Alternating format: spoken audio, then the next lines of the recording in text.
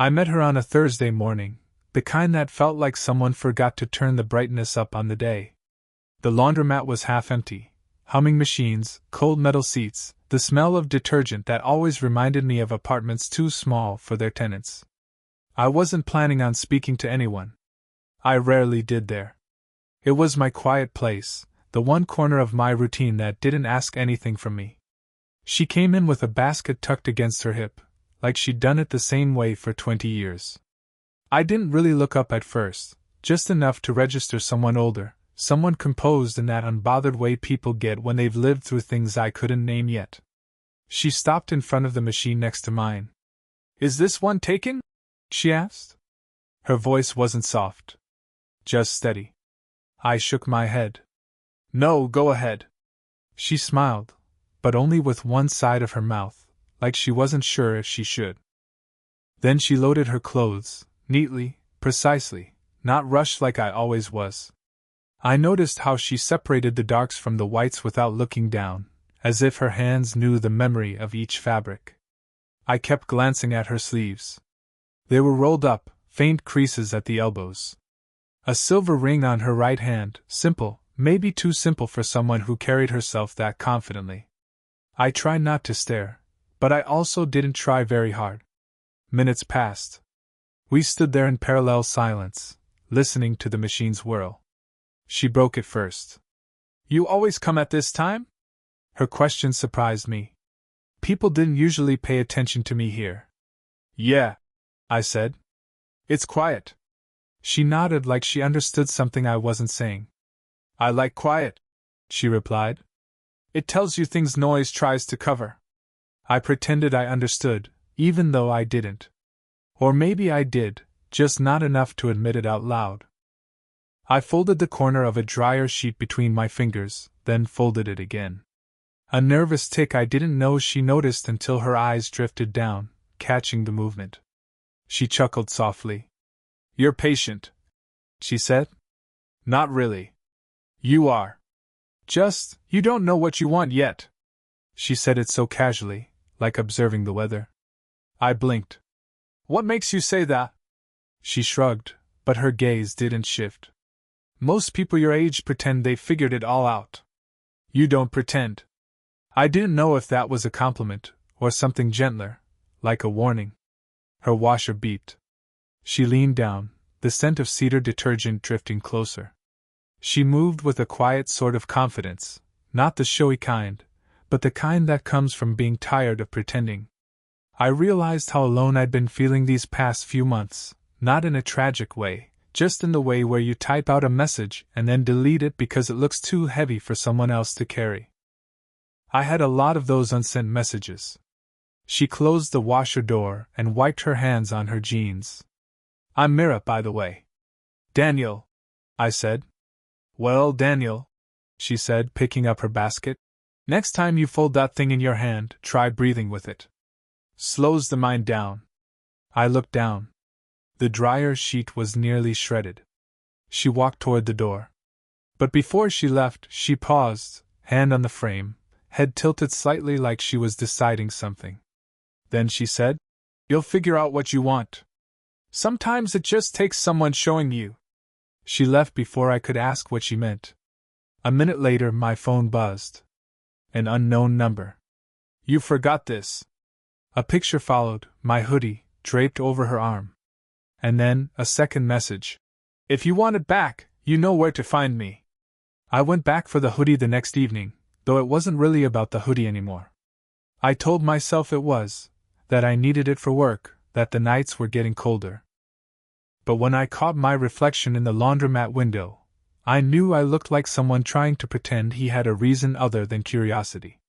She was already there, leaning against a folding table with her hair pulled back loosely, the kind of loose that looked accidental but probably wasn't.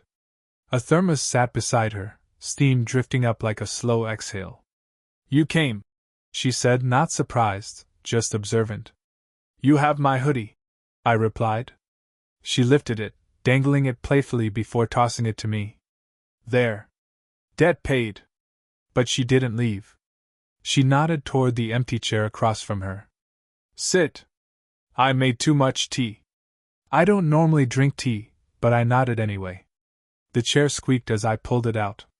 She poured from the thermos, jasmine delicate, a scent that made the space feel smaller. We didn't talk for a while. Just the occasional sip, the whir of a distant dryer, the settling silence that felt safe enough to sit inside. You said yesterday I pretend less than people my age, I said. Why? She rested her arms on the table, fingers tracing the edge of the thermos. Because you watch things closely. People who pretend don't watch. They perform. I hadn't thought about it like that. I looked at her hands instead of her eyes, a habit when I'm unsure.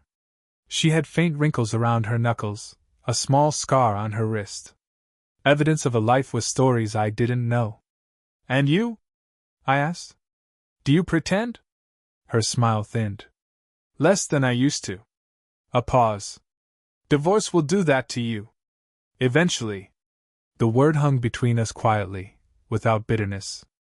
I didn't know what to say, so I said nothing. She didn't seem to mind. You're young, Daniel, she continued. 22? 23? 21. She exhaled softly, almost a laugh. That's very young.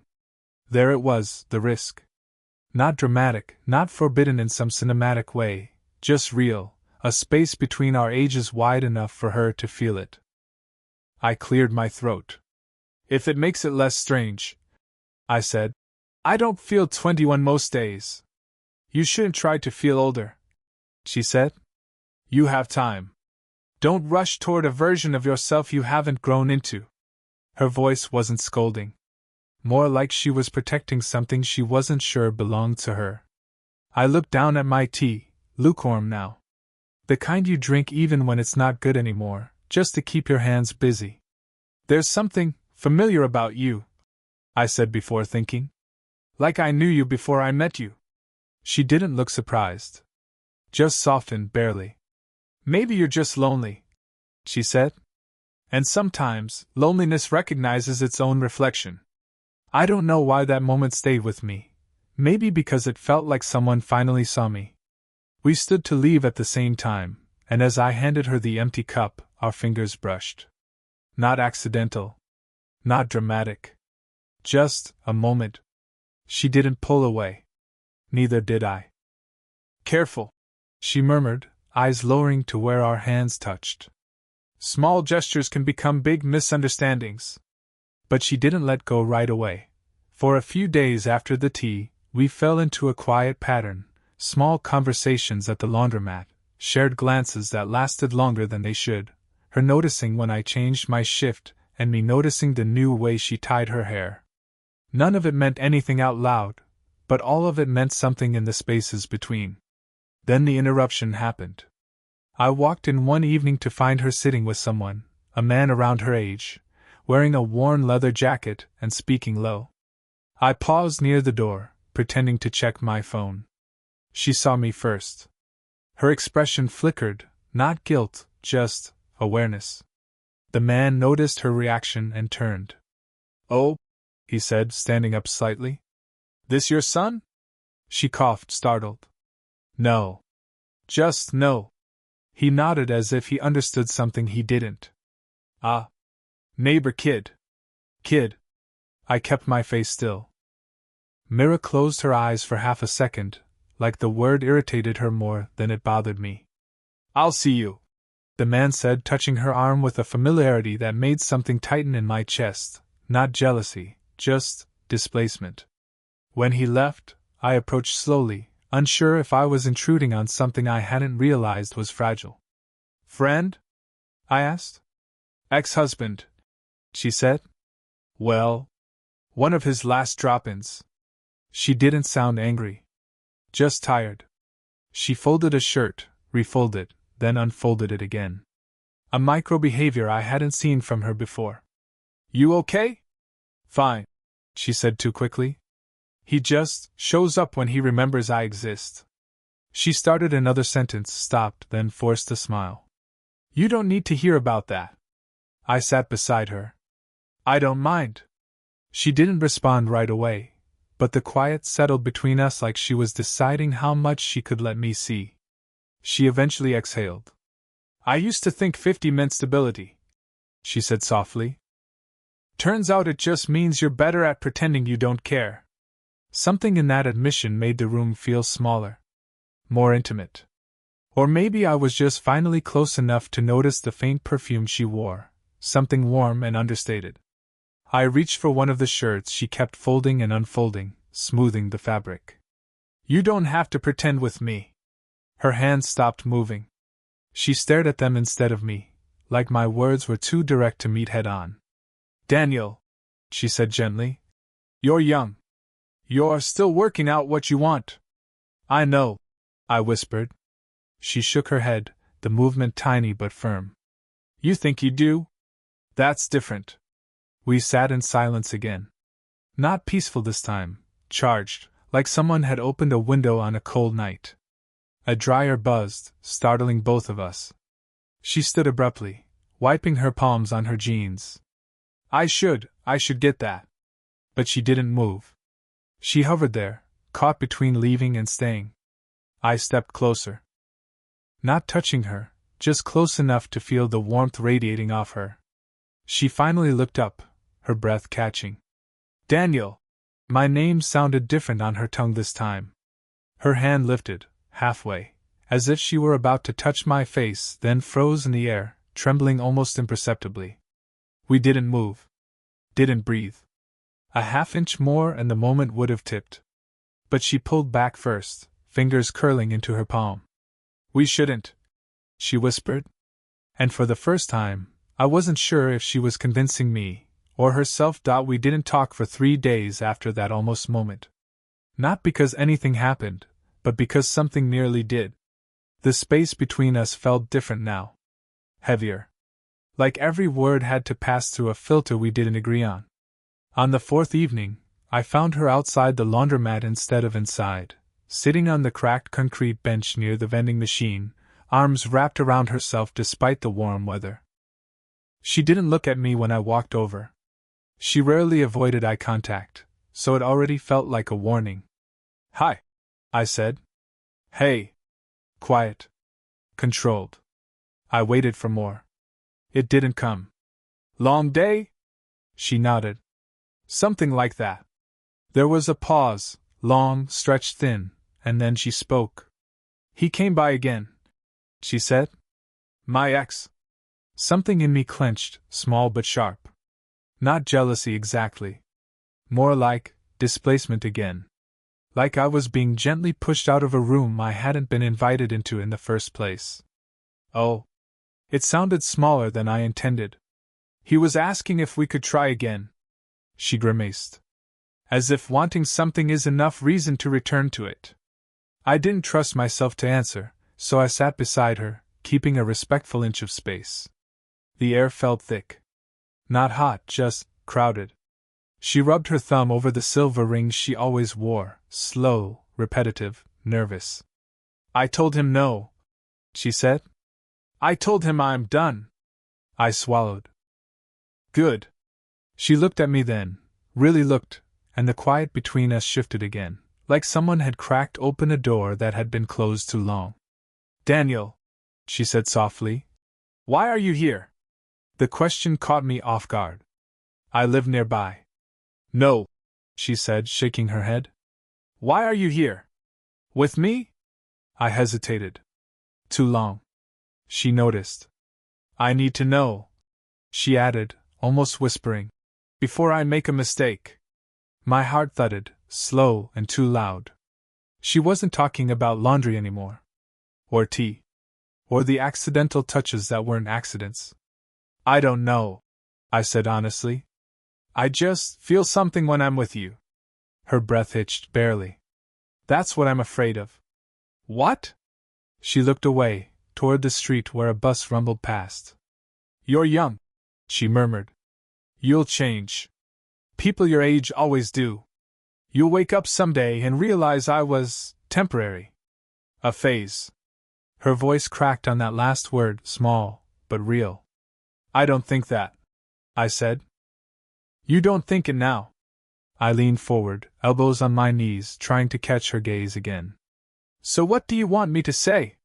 She finally turned to me, slow, hesitant, as if she needed to see the answer on my face before deciding if she could live with it. I want. She stopped. Then exhaled. I want to not want anything.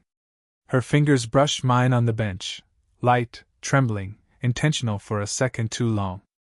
Daniel, she whispered, please don't make me cross this line. I shifted closer, barely an inch, but enough for the air between us to spark. Mira, I said, voice low. What if the line's already crossed? Her eyes widened, fear, longing both. She parted her lips to answer, then closed them. The question hung between us, unspoken, almost dangerous. What happens if we don't stop? The next day, she was gone. Not gone in the dramatic sense, just absent from every place I expected her to be. No bench. No folding table. No jasmine tea. I told myself it was coincidence. Adults have lives. Schedules. Errands. But on the second day, the coincidence started to feel intentional. On the third, I stopped pretending it didn't bother me. I didn't feel heartbroken. I felt paused. Like life forgot to finish the sentence. By the fourth day, I walked past the laundromat twice without going inside. By the fifth, I sat at the cracked bench alone, pretending I needed fresh air. When she finally appeared on the sixth, she looked composed. Too composed. Her clothes were crisp, her hair carefully fixed, her expression almost blank. Like someone had ironed the softness out of her. Oh, she said when she saw me. Hi. Not Daniel. Just hi. I haven't seen you, I said, trying to keep my voice light. I've been busy. Busy. A word that meant too much and nothing. She sat down slowly, leaving more distance than usual. I felt it instantly, the widened space, the careful posture, the way her hands stayed folded in her lap instead of drifting toward me like they had before. I waited for her to look at me. She didn't. Did something happen? I asked. Her breath itched, barely perceptible, like the question landed where she didn't want it. My daughter came home unexpectedly, she said. She's back from university for a while. Daughter. I blinked. She never mentioned a daughter, only the ex-husband. Oh, I said. That's good, right? Yes. It is. But her voice wavered. I watched her pick at a thread on her jeans. A nervous habit I'd never seen before, or maybe I just hadn't been close enough then to notice. She asked me, Mira said quietly, if I was seeing someone. And what did you say? She finally looked up. Her eyes were tired, not from lack of sleep, from restraint. I said no. The silence that followed wasn't sharp. It was dull, heavy, like bruise-colored air. Because it's the truth? I asked. She opened her mouth. Closed it. No, she whispered. Because it's the answer she needed. I felt something shift inside me, not anger, not sadness. More like a slow, internal tilt, as if the ground under us was rearranging itself without warning. I can stay away, I murmured. I know you can, she said. That's the problem. Her hands trembled for a brief second before she hid them in her jacket pockets. Mira, Daniel, she interrupted, gentle but firm. I need space. Just a little. To think. To not ruin anything. Hope and confusion crashed into each other inside me, sharp and muddled. How long? I asked. She inhaled through her nose, steadying herself. I don't know. We sat there, two people who almost weren't strangers, pretending the air wasn't thick with everything unsaid. After a long moment, she stood. I'll see you around, she said, avoiding my eyes. She walked away before I could reply. I pulled out my phone, typed a message. I miss talking to you. I stared at it. Read it again. And again. Then I pressed delete. The bench beside me stayed empty long after she was gone. A week passed. I stopped counting the days after the 7th because counting made the gap feel bigger. I still walked by the laundromat sometimes, but not to find her, that's what I told myself, anyway. Really, I just wanted to see if the bench looked different without her. It didn't. It was just colder.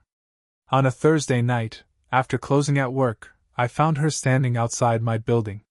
Not waiting dramatically, just standing, arms folded, staring at the ground the way people do when they're rehearsing something they don't want to say out loud. Mira? She looked up. Her eyes softened for the first time in days. Hi, she said, and this time it sounded like my name was attached to it. I opened the door to let her inside, but she shook her head. No. Just, can we talk here? We stood under the weak glow of the hallway bulb. Someone upstairs was cooking something garlicky. A dog barked in the distance. It all felt strangely intimate. She took a long breath, steadying herself. My daughter asked again. She said quietly. If I was seeing someone. I stayed still. Not stiff, just waiting. I told her no again. She said. And she asked why I looked like I'd just lied to her. My throat tightened. I'd been thinking a lot. She continued. Maybe too much. Silence. A shifting of weight. A small gust of wind sneaking into the stairwell. I kept asking myself if this was wrong. She said. The age difference. The timing. The fact that neither of us knows what we're doing. I almost spoke, but she lifted a finger. Wait. But then I realized. I've been asking the wrong question. Her voice lowered, unsteady. I never asked myself what I wanted. The irony wasn't lost on either of us. And? I whispered. She met my eyes. Really met them, no shields, no practiced calm. I want. A pause. I want to stop being afraid of wanting something. Not poetic. Not dramatic. Just painfully human. I stepped a little closer, slow enough that she could step back if she needed to. She didn't. Mira, I said softly. I don't want to make your life harder. She let out a breathy, tired laugh. You already did. And I don't mean that badly. She tucked a strand of hair behind her ear, a small, familiar gesture. You made it harder to pretend I don't miss being seen. Her words hit something inside me I didn't know had been waiting. I thought you pulled away because I did something wrong. I said. No, she whispered. I pulled away because you didn't. We stood in a fragile stillness, not tense, just full. Like the moment right before rain starts. She reached for my hand. Slowly. Deliberately. Her fingers brushed mine, then slipped between them in a tentative, almost shy intertwine. It wasn't a kiss. It wasn't a confession with fireworks. Just skin against skin, warm and impossibly honest. Are you sure? I asked. She nodded once, small and real. Okay, she said. A single word, but it felt like stepping over a threshold together. The seasons shifted without either of them mentioning it. One morning, the bench at the riverside felt colder than usual. Another morning, warmer. Life did this, moved on without asking. And they followed, a step behind, adjusting. They didn't spend every day together now, but the days they did felt different. Softer. Easier. Like something unspoken between them had settled into place, not fully named, not fully claimed, but there. Real. Solid. He still showed up at 8:47 a.m., not 8:45, not 8:50. She teased him about it once. He didn't deny it. Just lifted one shoulder and said, It's when the bus passes. But she saw the way he glanced at her afterward, as if checking whether she understood the part he didn't say. She understood. Some days she brought tea, some days he brought her black coffee, the way she liked it, too bitter for most people, perfect for her. They didn't call it a routine. They didn't call it anything at all. But when she handed him the cup with her fingers brushing his for half a second longer than necessary, either of them pulled away. Work changed. Schedules shifted. They'd go a week without meeting, then suddenly run into each other outside the corner store like it was fate, or coincidence, or something in between. And each time, he'd look relieved in a way he tried to hide. She'd pretend she wasn't smiling too much. Nothing dramatic happened. No confessions shouted into the rain, no running through airports, no trembling declarations. Just two people learning how to stand beside each other without feeling overwhelmed by it. One evening, they found themselves back on that same bench from the start, the one they always called just a bench, even though it had become a landmark in their story. The air smelled like the beginning of winter. He sat down first. She joined him, not touching, but close enough that their shoulders almost met. The silence wasn't tense anymore. It was full. I didn't think, he began, then stopped. Tried again. I didn't think we'd end up here. She didn't answer. Not because she didn't have anything to say, she had too much. So she let her hand drift, slowly, quietly, until it rested next to his on the wooden slat. Not touching. Not yet. Just waiting. He noticed. She knew he did. He breathed differently when he was trying not to show emotion. They sat like that for a few minutes, hands almost touching, heart steady, breaths synced in a way either pointed out. Finally, he shifted his fingers just slightly. Just enough. Their hands met in the smallest, simplest, most inevitable way. No grand gesture. No big moment. Just this. A warmth spreading through their palms. A shared exhale. A soft, mutual, okay, spoken without words. Life wasn't perfect. Neither were they. But this was steady, earned, human. As the sky darkened and the street lights blinked on, she leaned her head slightly toward him and whispered, almost to herself. You know, 8:47 a.m. was never about the bus. He smiled. And that was the final truth between them. Did this story stay with you? What kind of quiet, real love stories do you want to hear next?